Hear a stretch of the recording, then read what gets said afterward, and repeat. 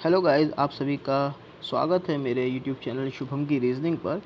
और आज मैं आप सभी के लिए लेकर आया हूँ आरआरबी क्लर्क प्रीलिम्स एग्ज़ाम जो कि 14 अगस्त को होने वाला है। इसके रिगार्डिंग कुछ पज़ल के क्वेश्चंस लाया हूँ। मान के चलिए कि बिल्कुल ऐसे ही क्वेश्चंस एग्ज़ाम में आने वाले हैं और चाहूँगा कि पहले आप लोग उसे सॉल्व करें, उसके बाद मैं आपको उसे सॉल्व करवाता हूँ। तो गाइस, इस समय आप स्क्रीन पर पहला क्वेश्चन देख रहे हैं। ये एक फ्लोर बेस्ड पज़ल है। इसे आप वीडियो पॉज करके सॉल्व कीजिए, उसके बाद हम इसे सॉल्व करते हैं। जो कि हमें दी हुई है, स्टार्ट करते हैं। क्या कहा गया है, ए से लेकर जे तक हमको पर्सन दिए गए हैं और 10 फ्लोर्स हैं। तो स्टार्ट करते हैं, पढ़ना स्टार्ट करते हैं। थोड़ी सी चीज़ें मैं आपको बता दूं। बॉटम मोस्ट जो फ्लोर है आपका वो फर्स्ट फ्लोर है और जो टॉप मोस्ट फ्लोर है वो 10th फ्लोर है। ठीक है, तो एक फटाफट एक प्लेस बेस बना लेते हैं अपना। चाहे तो आप नंबर्स डाल के बना सकते हैं, या चाहे तो नंबर डाले बिना भी बना सकते हैं एक काउंटिंग के साथ कि भाई ये आपका 10th floor, 9, 8, 7, 6, 5, 4, 3rd, 2nd and first. ये हमारे 10 फ्लोर्स हो चुके हैं। अगर ज़रूरत पड़ेगी तो हम पॉसिबिलिटी लेके चलेंगे, अगर नहीं चलेगी तो हम पॉसिबिलिटी ना भी लेके चलेंगे। पढ़ते हैं क्वेश्चन। कहा गया है कि more than 7 floors between A and B, मतलब ए और बी के बीच में 7 फ्लोर्स आते हैं। तो ठीक है, 7 फ्लोर्स से ज़्यादा आते हैं। मोर देन 7 यानी कम से कम 8 फ्लोर्स तो आएंगे। अब क्योंकि 10 फ्लोर्स हैं तो ऑब्वियसली या तो ए ऊपर होगा या बी ऊपर होगा, बी नीचे होगा या ए नीचे होगा, मतलब दोनों में से कोई एक। तो मैं ए को यहाँ रख सकता हूँ, बी को यहाँ रख सकता हूँ, एक बार बी को यहाँ रख सकता हूँ, ए को यहाँ रख सकता हूँ। मतलब सीधी सीधी बात, मैं 2 पॉसिबिलिटी लेकर चल सकता हूँ। ए और बी के बीच में 7 से ज़्यादा पर्सन है, यानी कि 8 पर्सन होंगे, क्योंकि इससे ज़्यादा तो हम ले ही नहीं सकते। क्योंकि अगर 9 पर्सन हम लेते हैं तो 11 फ्लोर्स हो जाएंगे, जितने हैं भी नहीं। यानी कि 10 फ्लोर्स हैं, ए ऊपर बी नीचे, बी ऊपर या ए नीचे, ऐसा कुछ। नेक्स्ट हमसे कहा गया है कि 3 person between B and C, B और सी के बीच में 3 पर्सन, 1 2 3, यानी कि सी यहाँ आ जाएगा, 1 2 3 सी यहाँ आ जाएगा। उसके बाद हमसे कहा गया है, देखिए क्वेश्चन को मैं तेज़ी से सॉल्व कर रहा हूँ तो आप देखते चलिएगा और समझते भी चलिएगा। The number of persons live between A and C same as the number of person between D and E. D और ई के बीच में उतने ही पर्सन है जितने ए और सी के। ए और सी के बीच में 1 2 3 4 है, तो डी और ई के बीच में भी 4 ही होंगे। ये मैंने यहाँ पर नोट डाउन कर दिया। उसके बाद हमसे कहा गया है only 1 person lives between A and F. A और एफ के बीच में केवल एक व्यक्ति है, तो एफ अगर यहाँ होगा, इस वाली कंडीशन में एफ यहाँ होगा, सिंपल। उसके बाद कहा गया E lives on an odd number floor above 7th floor. 7th floor के ऊपर रहता है ई, पहली बात ये कही गई। फिर कहा गया ऑड फ्लोर पर रहता है, तो 7 के ऊपर कौन सा फ्लोर होता है जहाँ पर ई हो सकता है। ये 10th फ्लोर था, ये 9th 8th और 7th, यानी कि 7th के ऊपर ऑड पर, यानी कि यहीं रहेगा ई, तो ई को 9th फ्लोर पर आप रख दीजिए। ई और डी के बीच में हमें कहा गया है कि देखिए 4 फ्लोर्स है, तो 1 2 3 4, यानी कि ई के साथ यहाँ पर डी आ जाएगा। ऐसे यहाँ भी डी यहाँ आ जाएगा, राइट। उसके बाद आगे पढ़ लेते हैं। फिर कहा गया एच लिव सेकंड अबव जी।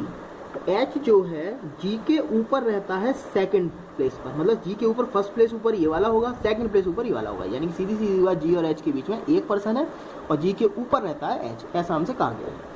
नेक्स्ट पढ़ते हैं आगे के कहा गया। आगे हमसे ये कहा गया है कि जी के बारे में कह रहा है who is neighbour of D. Who is neighbour of D, यानी कि जी जो है नेबर है डी का, यानी कि अगर डी यहाँ है तो जी इस जगह पर होगा और जी के ऊपर एच, यानी कि यहाँ पॉसिबल है ही नहीं, यानी कि ये वाली पॉसिबिलिटी हमारी कैंसिल हो जाती है। तो जी कहाँ रखेंगे, जी डी के पास इस जगह पर आएगा, जी के ऊपर एच इस जगह पर आ जाएगा, राइट। और लास्ट लाइन कही गई है आई लिव्स अबव जी। आई जे के ऊपर है, 2 ही प्लेस बचे हैं, आई यहाँ आ जाएगा, जे यहाँ आ जाएगा। ये हमारा क्वेश्चन सॉल्व हो गया है। तो उम्मीद करता हूँ आप लोगों ने भी, काफ़ी लोगों ने सॉल्व कर लिया होगा। जिन्होंने नहीं भी सॉल्व किया था तो आप देख कर इसे समझ सकते हैं। एक बार देखिए, 2 बार देखिए, जितनी बार हो सकता है इसे देख कर समझ सकते हैं। Okay, thank you. इस वक्त आप स्क्रीन पर दूसरी पज़ल देख रहे हैं जो कि flat and floor based puzzle है। इसे भी आप सॉल्व कीजिए, वीडियो पॉज कीजिए, फिर इसके बाद हम इसे सॉल्व करते हैं। पज़ल को भी सॉल्व कर लेते हैं। आप लोगों ने देख ही लिया होगा, 8 पर्सन्स थे, 4 फ्लोर्स हैं और 2 फ्लैट्स हैं, 2 फ्लैट दिए गए हैं। फटाफट बेस बना लेते हैं। 4 फ्लोर्स यानी कि 4 3 2 और 1, ये मेरे 4 फ्लोर्स हो गए, आप देख सकते हैं। और उसके बाद हमसे इसमें ये कहा गया है कि 2 फ्लैट्स हैं। इसको ध्यान से पढ़ना है। यहाँ पर लिखा हुआ है first flat is left of flat 2, यानी कि फ्लैट 2 के लेफ्ट में है। अगर फ्लैट 2 ये है तो फ्लैट 1 ये होगा, इसके लेफ्ट में है। तो फ्लैट 2 को मैं यहाँ पर रिप्रेजेंट कर देता हूँ और फ्लैट 1 को यहाँ कर देता हूँ, सिंपल, ठीक है ना गाइस। ये मेरा बेस रेडी हो चुका है। अब फटाफट क्वेश्चन पर आ जाते हैं। देखिए कहा गया है 8% से MOP RSTUV जो कि इस एक बिल्डिंग है जिसमें कि ये फ्लैट्स हैं, यहाँ पर रहते हैं। तो फटाफट इसे बना लेते हैं। क्या कह रहा है, पहली लाइन पढ़ लेते हैं। S lives above U, S U के ऊपर रहता है, ठीक है। U lives to the east of T, T के ईस्ट में रहता है यू, यानी कि ईस्ट इस साइड होता है, वेस्ट इस साइड होता है, तो टी के ईस्ट में यू रहता है। फिर कहा गया S does not live in the same flat as T, S T वाले फ्लैट में नहीं रहता है, मतलब एस और टी सेम फ्लैट में नहीं है, तो मैं ऐसे कर देता हूँ इसे,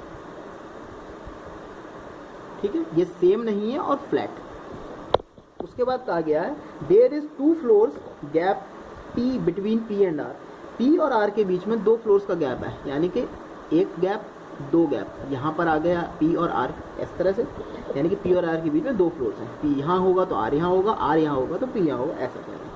उसके बाद अब हाँ एक बात और, P और R मैंने अगर आपको ऐसा बोल दिया तो इसका मतलब ये मत समझिएगा कि दोनों सेम फ्लैट पर हैं। हो भी सकते हैं दोनों सेम फ्लैट पर और नहीं भी हो सकते हैं। हो सकता है P यहाँ हो तो R यहाँ हो, P R यहाँ हो तो P यहाँ हो, P नीचे भी हो सकता है, R ऊपर भी हो सकता है, दोनों पॉसिबिलिटी है। तो अब ये मैं नहीं पता है, आगे पढ़ लेते हैं। M lives to the west of P, M P के वेस्ट में है।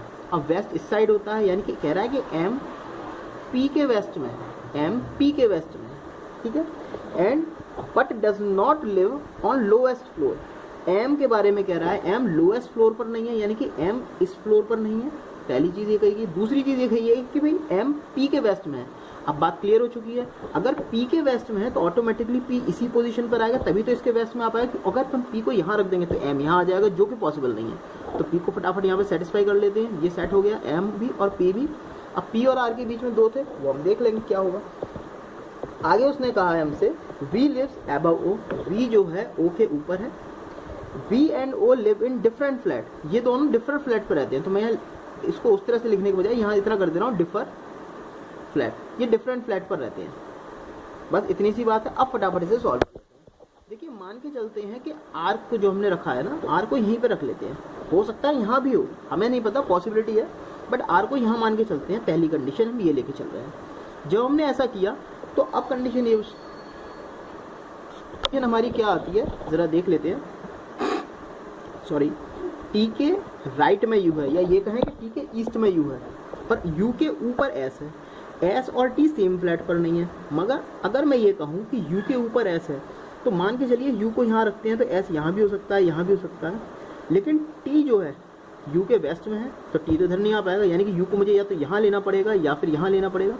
ये बात क्लियर होती है। तो मान के चलिए मैं यू को यहाँ ले लेता हूँ। अगर मैं यू को यहाँ लेता हूँ तो एस ऊपर कहाँ आएगा, एस ऊपर कहाँ आएगा, ऊपर तो जगह ही नहीं है ना तो यहाँ ना यहाँ।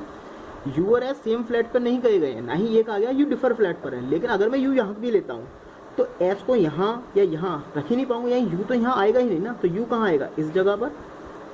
ये बात क्लियर हो गई। उसके बाद हमसे कहा गया यानी कि यू तो यहाँ पर कंफर्म हो ही जाएगा अगर आर यहाँ पर है। अभी हमें कंफर्म नहीं है, आर को अभी हमने चेक कर रहे हैं, पॉसिबिलिटी हो भी सकता है यही सही हो जाए और नहीं भी हो सकता है, तो आर को हम यहाँ रख के देखेंगे। ये बात ध्यान रखिएगा, आर एक पॉसिबिलिटी है इस वक्त। तो यू के रिगार्डिंग टी को हम इस जगह पर रखेंगे। टी के ऊपर एस कहा गया है, टी और एस सेम फ्लैट पर नहीं है, यानी कि यहाँ नहीं आएगा एस, तो एस कहाँ आएगा, इस जगह पर आएगा, राइट।